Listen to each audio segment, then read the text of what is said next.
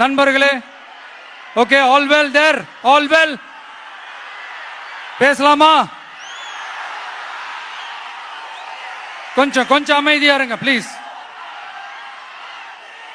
நெசவாளர்கள், சிறு குறு நடுத்தர தொழில்கள் மற்றும் விவசாயிகள் மற்றும் காவல்துறையினர் சம்பந்தமான நம்மளோட அஜெண்டா சிலத உங்ககிட்ட நான் படிக்கிறேன்.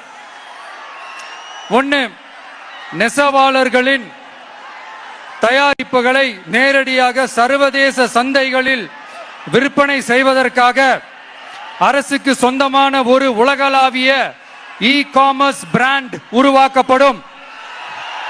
மேலும் முக்கிய நகரங்களில் வெற்றி தறி விற்பனை நிலையங்கள், ஷோரூம்ஸ் அமைக்கப்படும்.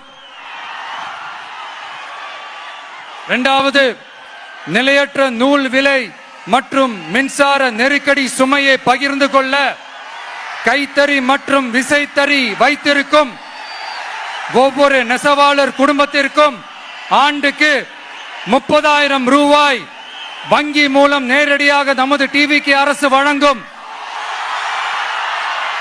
மூணாவது, கைத்தறிகளுக்கான இலவச மின்சாரம் 500 யூனிட்டுகளாகவும்